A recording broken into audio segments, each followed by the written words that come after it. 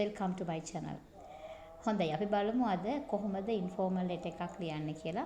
O level English paper එකේ ඔයගලන්ට paper 2 එකේදී තියෙනවා test 14 වල ලිපියක් ලියන්න. එහෙම නැත්නම් graph description එකක් ලියන්න. ඉතින් මේ දෙකෙන් පළවෙනි choice එක ගත්තොත් informal letters. ඒකේදී letters වල අපිට informal letters කියන්න පුළුවන්. අපි ඔය example එකක් අද කරමු. Write a letter to your friend about your trip to Singharaja. Sinharaja වනාන්තරය බලන්න ඔයාගේ හිපු ට්‍රිප් එකක් ගැන ඔයාගේ යාළුවාට ලෙටර් එකක් තමයි මේකේ තියෙන්නේ. අපි බලමු කොහොමද අපි මේකේ ෆෝමැට් එක ලිය ගන්න ඕනේ මෙන්න මේ විදිහට. ඉස්සෙල්ලාම ඔයාගේ ඇඩ්‍රස් එක, ඊට පස්සේ ඩේට් එක, ඊට පස්සේ සැලියුටේෂන් එක. සැලියුටේෂන් කියන්නේ අපි ග්‍රීටින් එක, අපි ආමන්ත්‍රණය කාටද ඩියර් කියලා ඔයාගේ යාළුවගේ නම දැම්මා. ඊට පස්සේ අපි ඉන්ට්‍රොඩක්ෂන්, බොඩි ක්ලෝසින් කියලා කොටස් තුනකට බෙදාගත්තොත් මේ ලෙටර් එකේ ඉන්ට්‍රොඩක්ෂන් එකේ ඔයගලන් වෝම් ග්‍රීටින් එකක් දාන්න පුළුවන්. ඔයාගේ වෙල් බීන් එක ගැන කියලා, ඔයාගේ තොරතුරු, ඔයා කොහොමද මේ දවස්වල විස්තර කියලා හැඳින්වීමක් දෙන්න පුළුවන්. ඊට පස්සේ බොඩි එකට අන්තර්ගතයට තියෙන්න ඕනේ. ඔයා ඩිස්ක්‍රයිබ් කරන්න ඕනේ මේ ඩීටේල්ස් ට්‍රිප් එක ගැන විස්තර කියන්න ඕනේ. ඔයාගේ ඩෙස්ටිනේෂන් එක, ඊට පස්සේ විසිට් කරපු තැන් ගැන එයාත් එක්ක ෂෙයා කරගන්න ඕනේ. ඊට පස්සේ කරපු ඇක්ටිවිටීස් මොනවද? ඊට පස්සේ මෙමොරබල් එක්ස්පීරියන්සස්, අමතකන වෙන සිදුවීම්, වාට වෙච්ච දේවල්, ඒවා අපිට විස්තර කරන්න පුළුවන්. මේ බොඩි කියන කොටසේ ඒක තමයි වැඩිපුර වචන ගාන තියෙන්න ඕනේ විස්තරාත්මකව. ඊට පස්සේ ක්ලෝසින් එක අපි අවසන් කිරීම මේ ලියුමේ දාන්න පුළුවන්. අපිට see you soon වගේ නැත්නම් take care of yourself වගේ මේ වාක්‍යයක් එක්ක ඔයගොල්ලන්ට පුළුවන් මේ ලියුම අවසන් කරන්න. ඊට පස්සේ සිග්නේචර් එක දාලා ඔයාලට පුළුවන් මේ අවසන් කරන්න මේ ලෙටර් එක. අපි එක්සැම්පල් එකක් බලමු. මේ තියෙන්නේ අපි ඒ වගේ ලියන එක්සැම්පල්. අපි ඉස්සෙල්ලම ඇඩ්‍රස් එක දානවා. මේ තියෙන්නේ මම ගත්තේ 23/1 ජෙස්මින් වැලි අකුරැස රෝඩ් තවලම කියලා අපි ඇඩ්‍රස් එක දැම්මා. ඊට පස්සේ අපි දානවා ඩේට් එක 1st October 2025. ග්‍රීටින් එක දානවා dear අමායා. right? ඊට පස්සේ අපි ලෙටර් එක ලියන්න පටන් ගන්නවා. ඉස්සෙල්ලම අපි පටන් ගන්න ඕනේ හැඳින්වීමක්. පොඩි විස්තරයක් ලියුවම ඇති. දැන් මම මේක පොඩ්ඩක් වැඩිපුර විස්තරයක් ඔයගොල්ලන්ට දෙන්නේ. මේකෙන් කොටසක් තෝරගෙන ලියන්න. කොහොමත් මේ ලෙටර් එකේ වචන 180ක් විතර තියෙන නිසා ඔයගොල්ලන් මේක සම්පූර්ණ විස්තරෙම අවශ්‍ය නැහැ. තෝරගෙන කොටසක් වචන 100කට ගැලපෙන විදිහට ලියන්න. මොකද grade 10, 11, O level ඒ තුනටම මේක අදාළයි. වෙනත් විභාගවලදී ලියන ඒවාගේදී නම් වචන ගන්න වැඩි නම් මෙහි විදිහටම මේ වචන වැඩි ප්‍රමාණයක් අපිට ඉන්ට්‍රොඩක්ෂන් එකට දාන්න පුළුවන්. මේකේ තියෙනවා මෙහෙම I hope you are doing well. මං හිතනවා ඔයා හොඳින් ඉන්නවා කියලා. Thank you so much for your lovely letter. ඔයාගේ ආදරණීය ලියුමට ගොඩාක් ස්තුතියි. I really enjoyed reading it. මං ඇත්තටම කියවලා ගොඩක් සතුටු වුණා. It was so nice to hear from you after some time.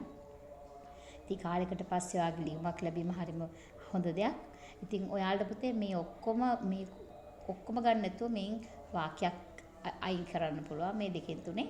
I'm writing this letter. මෙන්න මේක නම් අනිවාර්යෙන් ලියන්න වෙනවා. I'm writing this letter to tell you about the wonderful trip I went on recently to Singharaja Rainforest.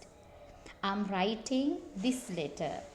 I'm writing මම ලියන්නේ මේ ලියුම to tell you about කියන්න ගැන මෙන්න මේ දේ ගැන කියලා අපිට මෙතනට තමයි අදාළ තොර දෙන්න ඕනේ.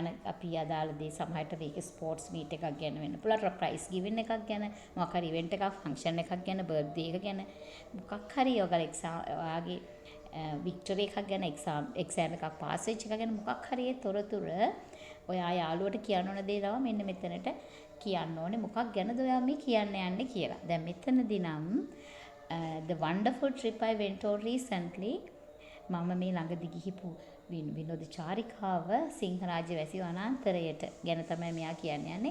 It was one of the most exciting experiences of my life. මගේ ජීවිතේ රසවත්ම අත්දැකීම් වලින් එකක් තමයි ඒක. ඔයගලන්ට පේනවද? මෙතන ක්‍රියාපදේ දාගෙන it was one of the most exciting experiences of my life. ඒකට මෙතන was කියලා අරගෙන තියෙන්නේ මේක අතීත සිදුවීමක් නිසා. හොඳයි අපි ඊට පස්සේ බලමු මේකේ ඉතුරු කොටස් ටිකේදී අපි මෙහෙම කියනවා. The forest was full of trees, colorful birds and the sound of flowing streams. මේක වනාන්තරය උස ගස් වලින් ලොකු වැසි වනාන්තරයක් නෙමේක. උස ගස් වලින් පාට කුරුල්ලෝ සහ ගලා යන දිය දහරවල් වල ශබ්දයේ පිරී තිබුණා කියලා තියෙනවා. The forest was උනා. එතන අතීත කාල ක්‍රියාපදය අරන් තියෙනවා. මෙන්න මේ හැම දෙයකම පිරලා තිබුණා. Dia was cool and fresh. වාතය හරිම සිසිල් සහ නැවුම් තිබුණා. Dia was. එතකොට අතීත කාල be verb එක අපි past tense be verb එක භාවිතා කරලා තියෙනවා. මෙතනදී ක්‍රියාපදයේ විදියට. I even saw මම තවත් දැක්කා some rare plants and butterflies that I had never seen before. past perfect tense එක I had seen මම දැකලා තිබ්බා. I had never seen මම දැකලා තිබ්බේ නැහැ before මීට කලින්. එතකොට මම මීට කලින් දැකලා තිබ්බේ නැති some rare plants දුර්ලභ ශාක සහ සමනලයෝ මම දැක්කා කියන වාක්‍ය තමයි මේ තියෙන්නේ. We walked along narrow paths.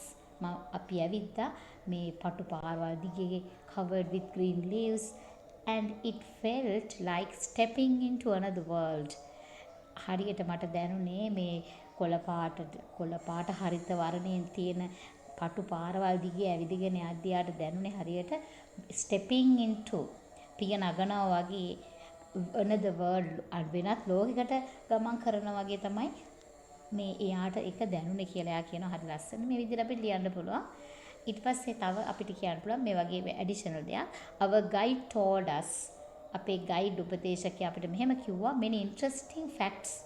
ගොඩාක් රසවත් තොරතුරු විස්තරයක් කිව්වා about the forest and its wildlife.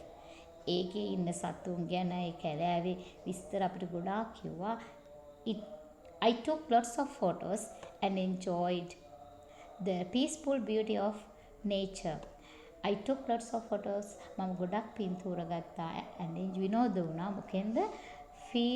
peaceful beauty of nature. ස්වභාව ධර්මයේ තියෙන සාමකාමී සොඳුරු බව එයා විනෝද ඒකෙන් අපි enjoy කළා කියලා කියනවා. එතකොට ඔයාලට පේනවා මෙතන took මම ගත්තා අතීත කාලය, enjoy කළා අතීත කාලය, our guide told guide අපිට කිව්වා. ඒ වගේ අපිට මේ past tense භාවිතා කරන්න මොකද මේ trip එක ගිහිලා ඉවර වෙච්ච එකක්. It was truly an unforgettable adventure. ඒකනම් අමතක නොවන වික්‍රමයක් ඇත්තටම. ඉතින් ඔයාලට ඒ වගේ ලස්සන වාක්‍යයක් දාන්න පුළුවන්. ඔයාගේ ලියුම තව ටිකක් ලස්සන කරන්න. ඊට පස්සේ අපි අවසානයේට යනවා. You should definitely visit Sinharaja one day. අනිවාර්යයෙන්ම සිංහරාජය යන්න ඕනේ. යා යුතුයි. I'm sure you will love it as much as I did. මම තරම් ඔය ආයකට ආදරේ වෙයි කියලා මට විශ්වාසයි. Give my warm regards to your mother and father. වගේ අම්මවයි තාත්තවයි මතක් කළා කියන ආදරෙන්. Hope to hear from you soon. ඔයාගෙනුත් ලියුමක් ලැබෙනකම් බලාපොරොත්තු ඉන්නවා. With love Renuka. දැන් ඔයාලට මේ වගේ ආදරණින් කියලා ඔයාගේ නම දාන්න පුළුවන්. ඒ විදිහට තමයි අපි සිංහරාජ රේන් ෆොරස්ට් එකට ගිහිපු එක ගැන ඔයාගේ යාළුවට ලෙටර් එකක් ලිව්වේ. ඉතින් අපිට මේක වචන ගන්න අඩු කරලා ගැළපෙන විදිහට වචන 100ක් හැදෙන විදිහට මේ වගේ ලියන්න පුළුවන්. මීට වඩා ලස්සන වාක්‍ය තව එකතු කරගන්න පුළුවන්. ඒකට ඒ වගේ නිවැරදිව ග්‍රැමටිකලි නිවැරදිව ලස්සන ක්‍රියේටිව් විදිහට ඔයාගේ අදහස් නිවැරදිව ගැලපුවාට පස්සේ හැබැයි ෆෝමැට් එක නිවැරදි වෙන්න ඕනේ. ඔයාලා දන්නවා ලකුණු දෙද්දී හැම දෙයක්ම ගැන හිතනවා. කන්ටෙන්ට් එකට ලකුණු ලැබෙනවා, ලැන්ග්වේජ් එකට ලකුණු ලැබෙනවා. ඕගනයිස් කරපු විදිහට ඊට පස්සේ ඔයා මෙකැනික්ස් රයිටිං වලදී මෙකැනික්ස් භාවිතා කරපු විදිහට 3 3 2 2 ඒ විදිහ ලකුණු 10 ලැබෙන්නේ. ඉතින් හැමදේම හරියට කරොත් ඔයගලන්ට ලකුණු 10ම ගන්න පුළුවන් ලෙටර් එකට. Okay.